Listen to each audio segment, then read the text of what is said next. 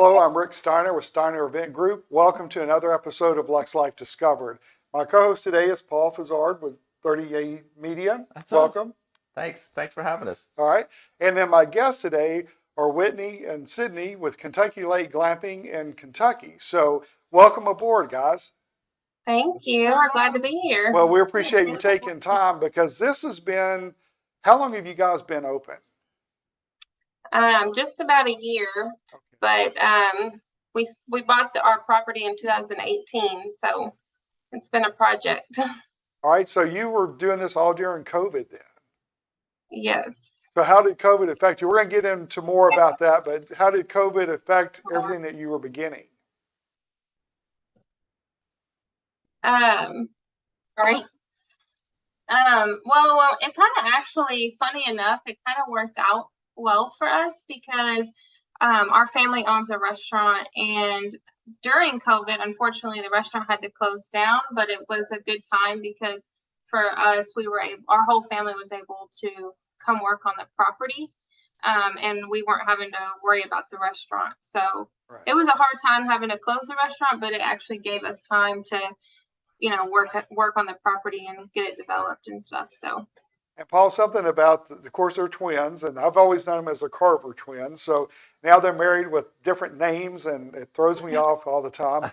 But these girls have worked hard.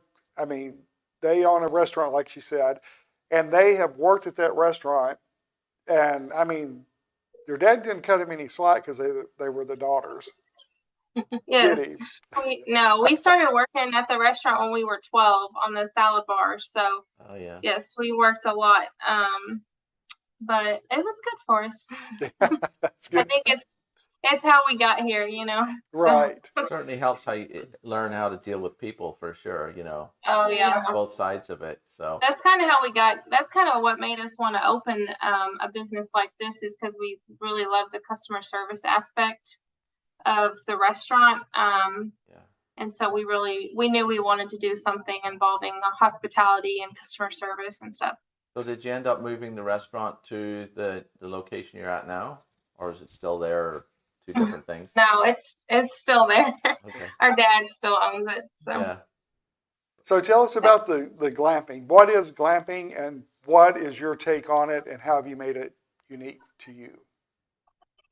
Glamping is glamorous camping. So we actually didn't grow up camping at all, but we grew up at the lake, and we really love the lake life and, boating and all the water sports and all that. So we were really excited to be able to offer somewhere for people to stay who don't, who want to experience the lake and camping, but not necessarily roughing it. Exactly. It's kind of like camping, but more luxurious, Right. I guess. Well, tell us a little about your setup there, because you have, how many trailers have you renovated, or not trailers, but campers and Airstreams? Yeah. We have 7 vintage campers, different styles. We have some Airstreams, some of the, like a Can-Ham, like a cute little one. So we have 7 different campers. We completely renovated all of those. And then we have one tiny house that we finished last year that we started renting, I guess like midsummer, maybe. And then we have another one that is being built now. So we'll have that ready, hopefully April 1st, March 1st, sometime in March. Okay. And then you have the store where you have some items for sale. It's kind of like a little market also, and pizza. And tell us what else that if somebody is coming from out of town, wants to stay at your property, tell us what they should expect. Well, so what we kind of wanted to do is just provide everything so that when people come, they don't have to come like that, they don't have to bring all their stuff with them like they would if they were camping. So in our camp store, we sell like firewood, we sell charcoal, lighter fluid, kind of like camping, I guess, essentials. And then we have a cafe where we sell pizza, sandwiches, ice cream, so people can either bring their own food to cook at their campsite, or they can eat at our store. And then the campers have like the grill, They have like stove tops and microwaves, refrigerators, stuff like that. And we, yeah, just your clothes and if you want to cook. So, Somebody trying to and sneak in. yeah, So- our son. Yeah. And then we have like lake activities, you know, like we have a pontoon that we rent, kayaks, paddle boards, just all the fun lake stuff, Hobie Eclipse boards. And we do like a yoga class, paddleboard yoga class on Saturdays when the weather's nice. So that's been really popular. Now, is that just for people staying at your property, or can anybody sign up for the yoga class? Anyone can sign up for it. Anyone can rent like our if someone just wants to come out for the day and like go kayaking, you know, they can come rent a kayak. They don't have to be staying here. Okay. We do have like a little beach area that we do try to keep private for our guests. We have like we had some sand brought in and we put lawn chairs and stuff out. It's right on the water, but we try to keep that kind of private for our guests. But everything else, like as far as the rentals and the cafe, is open to the public. All right. Do you see adding more things on top of the yoga? You know, like almost like the summer camp type situation. A lot of people who book like for family reunions and stuff, so they'll rent the whole campground and do like games like within the family, you know, and I don't know, we had one last year do a talent show, like they did karaoke and stuff. So really? that was fun. That sounds fun. We actually have three groups coming that have reserved the whole campground this summer. 3 different groups. And that's always fun. We enjoy that. And they rent all the sites, and sometimes they even bring their own campers, and it's a fun time to have like the whole group here. Yeah. How many does it hold? Right now I think it holds like 32? Yeah, 32 or something. Oh, that's good. We have 22 sites, but we only have 10 actually like with rentals on them right now. So our hope in the future is to have all 22 sites filled. But right now we do allow people to bring their own campers in some of the empty sites. That's great. Interesting. It's got the whole hookups and everything for it.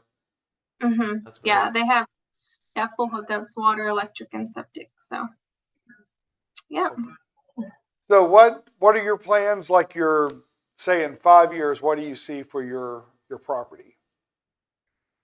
Our open, we say 5 to 10 years. We don't know how long it'll take, but we want all our sites, all 22 sites filled. We want it to feel like a resort. When people come here, they don't have to leave. They can just stay here. We'd like to put in a swimming pool in a few years on the property somewhere.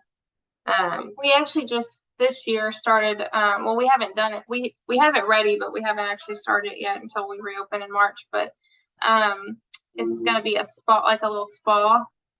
We do like massages on the water, like lakefront massages and stuff. So that's gonna start in March. Yeah, you looked a little stressed, Rick. I know, yeah. I would get that solved.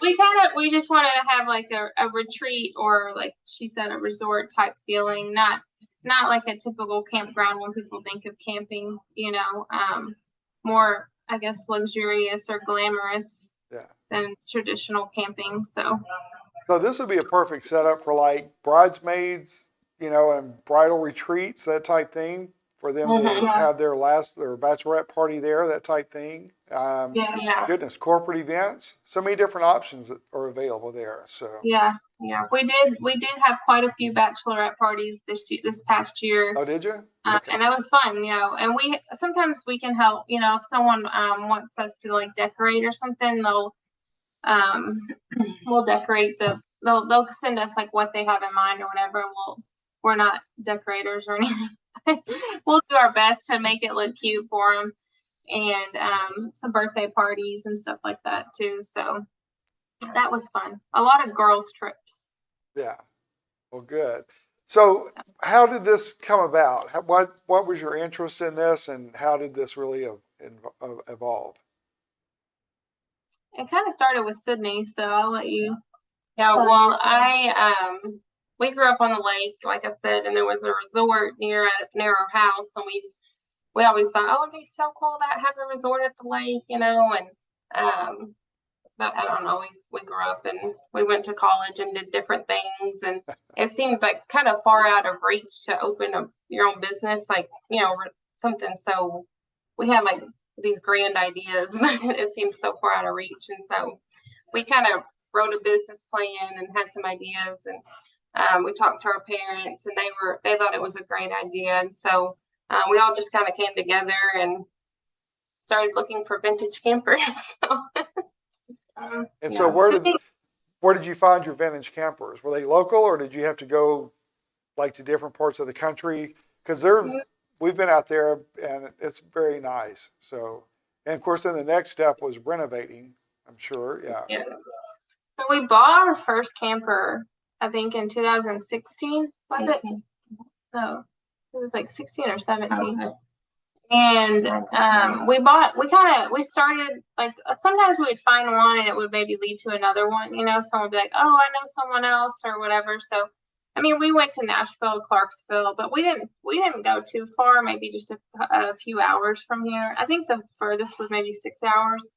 But and we rented a storage shed with no heating and air in it for like 4 years, 3 or 4 years, and all the campers were in this huge storage building. And so, like, any free moment we had, us and our husbands would go out there and work on them. And we didn't know anything about renovating. We didn't know anything about campers, so we learned a lot.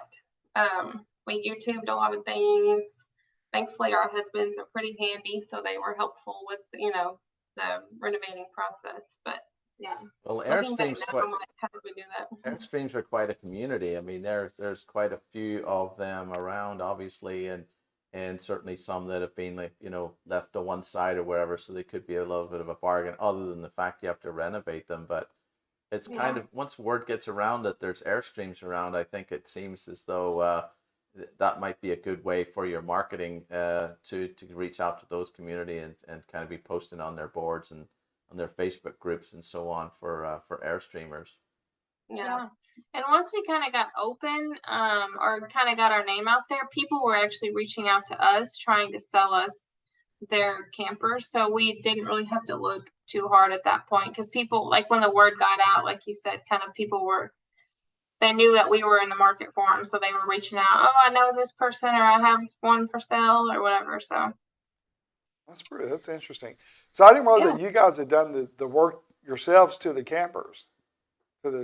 That's pretty impressive. Goodness. If I had done that, we still wouldn't have anybody staying there, because it would be the original condition. So, but your husbands are very involved with the project as well. Yeah. Both quit their full-time jobs last year to come out here and help us full time. And I know that neither one of them ever envisioned themselves working at a glamp ground. It took my husband like 6 months to even say the word glamp ground. He said it was too girly. I can see Austin. Tell him I think he's a great glamper. Be sure and tell him that. Austin is a big muscle guy, so yeah. So he thinks he can rough it. He thinks he's a country boy. So it was funny, but that's glamping. I mean, he's a glamper. Yeah. So how are people finding you right now? Are you listed on Airbnb or any places like that? We have our own website. We just, social media is our main marketing, but we do have a couple listings on Airbnb just to, get our name out there. And but we actually have a house that we've been renting on Airbnb for like 4 or 5 years now. So we started that before we opened the campground, just to kind of get some experience with rental property, and we didn't really have a whole lot of experience in that. So that we listed a few of our campers on Airbnb with that one, but for the most part, people find us through our website or through Facebook.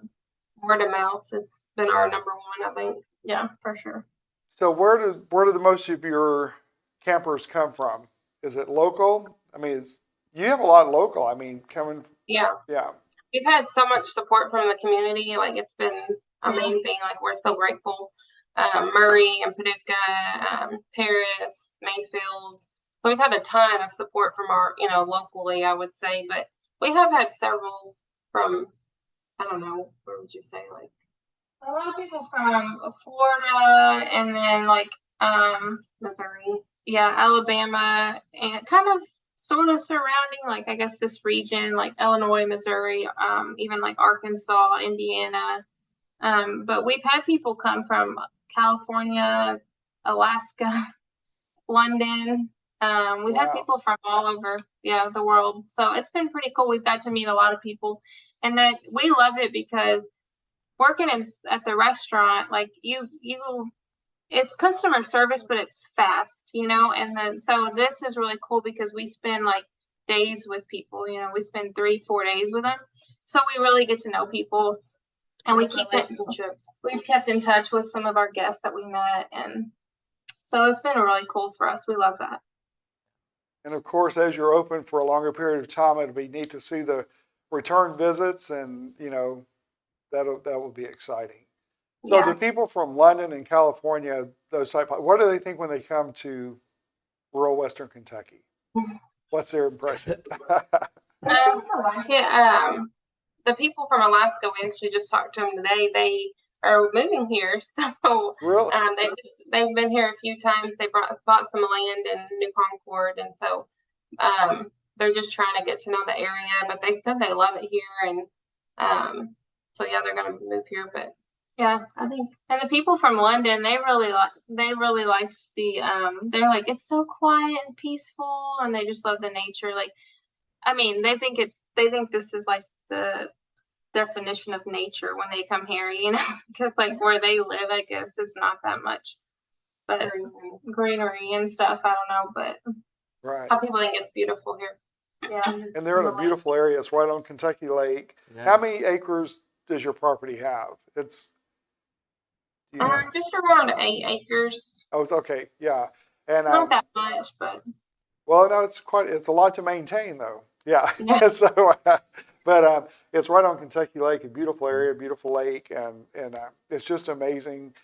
The vision. I mean, because you think, why has this not been done before? In some ways, but it took the right two young women with the right vision to make this reality. So yeah, some of the pictures on the Facebook look amazing. Thank you. Yeah, this area of the lake, which is where we grew up, it's called Blood River. It's not super developed, which is kind of what we liked about it. If you go north or south to like Tennessee or Marshall County, there's a lot more going on the lake area. But we kind of liked the fact that Blood River was so quiet and peaceful, and that's kind of what drew us, and we were hoping would draw other people to the area too. Is it going to stay that way, do you think? Hopefully. Fingers crossed. Y'all may have started a whole new trend. The whole area may be developed now. Maybe. So I think part of the reason the county that we're in is a dry county, but all the surrounding counties aren't, and I think that's part of the reason that this area has stayed so quiet. And I mean, we can't predict the future, so we don't know if it'll stay that way or not. But right. maybe if the county stays dry for a while. I was going to ask that whether you had beer and wine on premises or not, and it doesn't sound like it. So that doesn't mean that people can't bring it in, though. I don't know what the rule is there. So they can bring their own. Okay. We just can't sell it. Can't sell it. Okay, got it. Yeah, it's all different everywhere. So. Oh, it is. Yeah. Yeah, people who come here, they're like, they've never even heard of like dry county. What are you Yeah. talking about? And then there are damp counties where you can have it, but you can't sell it. Everybody's got their own terminology for everything. So Yeah. I went to school at Mississippi State for a couple of years, and at that time, you could sell alcohol, and you had to be 21 to buy it, but you couldn't sell beer in the county. And at Ole Miss at that time, you could sell beer in the county, but you couldn't sell it cold. And I'm thinking, who sat around and thought of those rules? It's like it makes no sense. So people knew to ice the beer down before they ran out. Come on. So yes. That's the compromise with the temperance group. But I lived in Columbus, Ohio for a while, and there was 2 gas stations, and one could sell right across the street from the other one. And Oh, really? I was always thinking that every day I would go to the other one because they couldn't sell it. But that's a little mean. But it is. No. Um, Well, so you open back up in March, is that right? yeah, we stayed open. A lot of people are like, "Why are you staying open through the winter?" But our store and the cafe, we've kept. I mean, the campers too, but we haven't, had as many campers in the wintertime. But we have a lot of locals who eat in the restaurant. They'll order to go pizzas and sandwiches during the week. So that's why we've kept our store open. And it's, we're glad to be here for the locals. But Well, I'm sure we'll they're be glad. closed in February. I'm sure they're glad you're there also because you're close and There's nothing nothing else else. is. Right. So, We're yeah. about 25 minutes from another place where you can, well, we're 10 minutes from a Dollar General, but other than that, we're like 25 minutes from a restaurant, Right. So people that live out here, I think they were pretty grateful, and we were grateful to have them too. So we're going to be closed for the month of February, but that's it. was that because the lake freezes over? No. No, it doesn't get that cold. Okay, just checking. Just checking which time of year would be the best to come. Well, we're laughing about that with our 5-degree temperature during Christmas and 15 below zero. There were so many areas that I thought would have frozen over, even small ponds, and it didn't. So I don't know what it takes for it to freeze, but I was frozen. Yeah. Probably not long enough. Yes, for a longer period. Yeah. So. Well, the reason we actually have decided to close is because we're on a well, being in the county, and there's a lot of rules that we actually learned we didn't know anything about. But when it comes to the water treatment, so we test our water every single day. We treat it every single day, and it's a big process that we knew, like I said, we knew nothing about. Yeah. But the state requires you to be closed for 30 days. Oh. If you're on, it's like to be considered seasonal, we have to close for 30 days. Okay. Wow. Got it. So, and if we wanted to stay open year round, it would require a lot more testing, a lot more time, a lot more money. So we were like, we could probably just close for 30 days and it would be okay. So what's like you said, you've learned so much that you didn't know in so many different areas too. It's not just in like certain areas. This is a whole new ball game. What was the most surprising thing that you've learned? Is there anything that stands out that you're like, how in the world do they come up with this? Honestly, I mean, I don't know if it was like something we learned, but honestly, I was surprised at how like everyone that we've met that's come to stay here is like so complimentary and so appreciative, and like we've literally every single guest we have has been great. Like we love, I mean, don't you think? Oh, yeah. I mean, I feel like that surprised me because like you talk to people in customer service and you think like, oh, you're gonna have difficult customers, oh, it's gonna, but we really haven't experienced that hardly at all this year. Yeah, no rowdy customers either? Not really. I mean, really. Even with the bachelorette parties? It's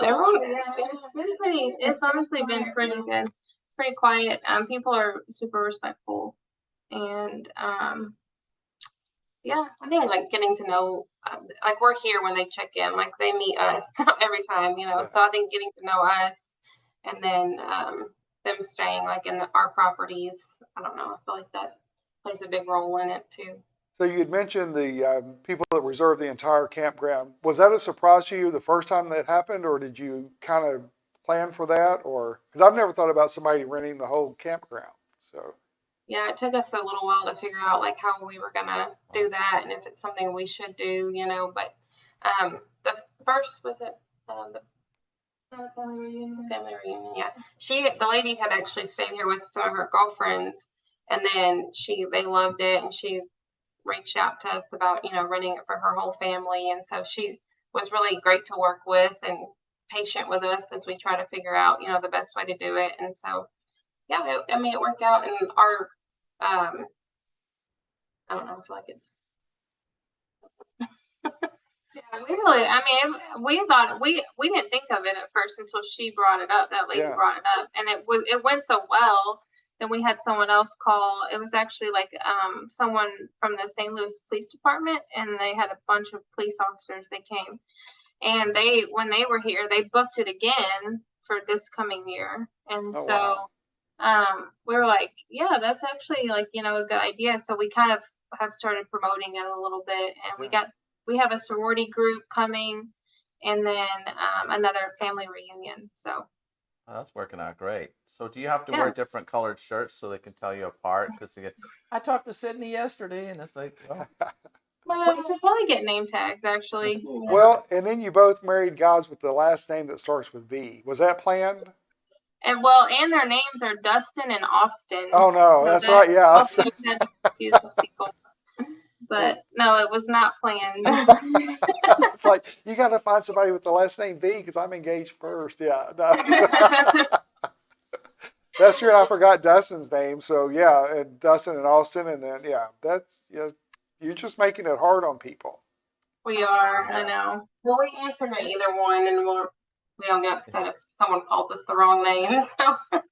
Well, I'll be honest with you. At the gym, I always see Whitney. And then I got ready to contact you, and it's like, I went blank. I'm like, is it Whitney or Sydney? And so then I had to go to Austin's page to look to see, Oh. And but yeah, it still happens. And but you guys are great at what you do. You've always been super hard workers, and this success is well deserved. And what a neat concept that you brought to the area. Thank you so much. We Yes, really thank appreciate you. that. yeah, absolutely. If you've got any questions, if you're listening to this podcast or if you're watching it on YouTube or wherever else you can get this podcast, do drop a comment, do ask questions, do contact them, and make sure that, you like and share everything that they do. Well, guys, thank you so much for being with us today. Just tell the viewers and listeners where to go to find out more about you, your links, and that information. Yeah, so we're pretty active on Facebook. It's just Kentucky Lake Glamping. That's where we post most of our updates, like day to day. We do have our website, www.KentuckyLakeGlamping.com. That has all of our information about booking and stuff. So if you want to come stay here, if you want to look at our rental sites and stuff, you can go on there. We do have a TikTok and an Instagram as well. We're not quite as active on those, but we try to be. Who's the TikTok queen? That would be Sydney.